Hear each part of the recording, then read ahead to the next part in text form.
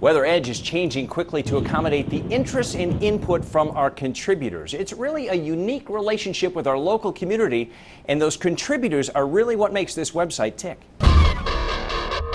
Whether you are a weather diehard or just impacted by what's going on outside, your input is really what makes this site move. This gives anyone who's interested and has a specific knowledge about the weather, gives them the opportunity to contribute to WXedge in the way that they choose to do that. And those WXedge folks come from all walks of life. From students and writers, photographers and firefighters, everyone has a viewpoint they bring to the table.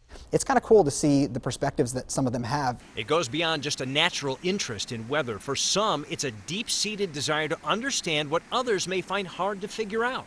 It allows me to get a little more in depth with weather than maybe 1.5 to 2 minutes on the broadcast, and it gets hits every day, so people are interested in kind of a technical weather discussion. And you don't have to have a degree in meteorology to make an impression. It's not just this is my opinion, there are also a lot of facts, how things happen. If someone writes an article today, all the other contributors or other people can go there, read it, comment on it. That could lead to other people writing articles, and it's just this ongoing forum just talking about weather.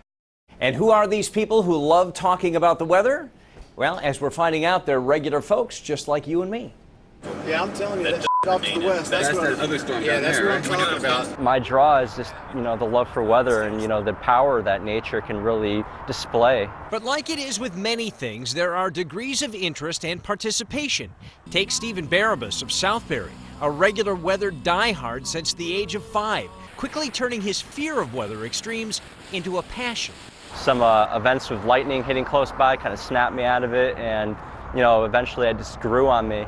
He's not only a student of meteorology at Western Connecticut State University, he also lives the science in the most literal of ways. This is going to be good for transmitting back weather details such as like damage and hail and flooding to other repeaters, and those reports will go directly to the National Weather Service. Take a look at this thing. With a bit of ingenuity, Steve has turned his personal pickup truck into a moving weather machine. With severe weather, you never really know what's going to happen. A giant hailstone could take out your windshield when you're storm chasing, and then you either have to keep going or you just have to stop and quit. And that's why he always comes prepared, armed with gadgets, know-how, and a little courage. He sets out to gather what he can. I just get readings and I'll report back to the National Weather Service, wind speed and rainfall amounts. Whether it be in the heartland of America or closer to home. To me, it's a little bit more dangerous to be doing this sort of thing up here because of the trees and power lines. You got to be aware of your surroundings at all times. It's information he not only shares with the experts, but with the folks on WXedge. I think it's a good way to kind of transmit out, the kind of action that's going on, the kind of severe weather that a particular storm is producing in some area. But it's a two-way street, drawing from the expertise of contributors. Contribution's a big role in the weather community, and I think, talking to other people is a good thing to have. And our meteorologists alike. You want, various opinions about forecasts and, what other people think. I think in the end, it really helps me advance myself as a weather forecaster. But for this extreme weather fan, it's a sense of discovery that's the real allure. Kind of like an adventure. You have to kind of be like an adventurous person and kind of live on the edge. Strong words to live by. However, you don't have to live on the edge to be a force on WeatherEdge.com. Meet Erica Campbell, a teacher at Peck Elementary in Orange. This self-proclaimed weather buff had her eyes on the sky early on, keeping tabs of her surroundings at the tender young age of 8. I was one of the first weather watchers for News 8. When they first came out, he called my house and he asked me to describe what the weather was like. And I remember saying the clouds look like cotton candy. So a weather activist was born. Just been a lifelong interest, passion. It just really excites me. And it shows, from history lessons to math equations, Erica folds weather into everyday teaching moments. I just integrate it really into everything. It's kind of why I became a teacher, because then I could do my love of teaching and my love of the kids and also do the weather as well. But Erica is not only a teacher, she's also a student, with WeatherEdge serving as a virtual classroom. It became just an outlet almost, that I could write about it and read how other people felt about it and see the pictures and know that there were other people in Connecticut that, had other jobs and other professions, but also loved the weather. In turn, Erica integrates WeatherEdge into her own domain, sharing with the very children she mentors. It really works well in the classroom. It's not just, what's the 8-day forecast? And I think that's what a lot of people think. But WeatherEdge isn't that way. It's everything. Full circle moments that, for Erica, ignite the spark that first grabbed her attention as a child.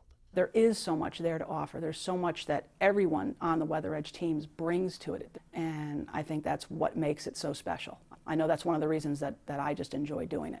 So as you can see, our contributors are really the foundation of WeatherEdge, and over time that is only going to grow. What this site is about to become may really grab your attention. Let's check it out. Well, I can see it as becoming the one-stop destination for all things weather. Involving our viewers on a whole different level. All things weather and beyond. There is a huge population, especially here in Connecticut, of weather lovers. Each contributor is writing in their own voice, and there's something for everyone there. Tying in articles with pets, tying in pollen, lifestyle kind of impact. A sense of community, not only between contributors, but meteorologists as well. I get to talk about things that I don't have time to talk about in a 2.5-minute weathercast.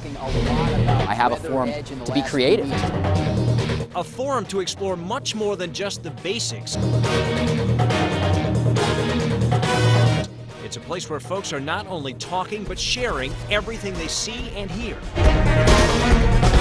The interaction stuff, that's going to be really huge with this site, and that's pretty important. Because having contributors on the ground creates a chain reaction of information. These people are providing us with storm reports, and they're also just communicating with us so much faster than we would ever get if we relied strictly on the National Weather Service and the more traditional means. If there's severe weather, we have people now all around Connecticut that can tell us exactly what's going on in their town.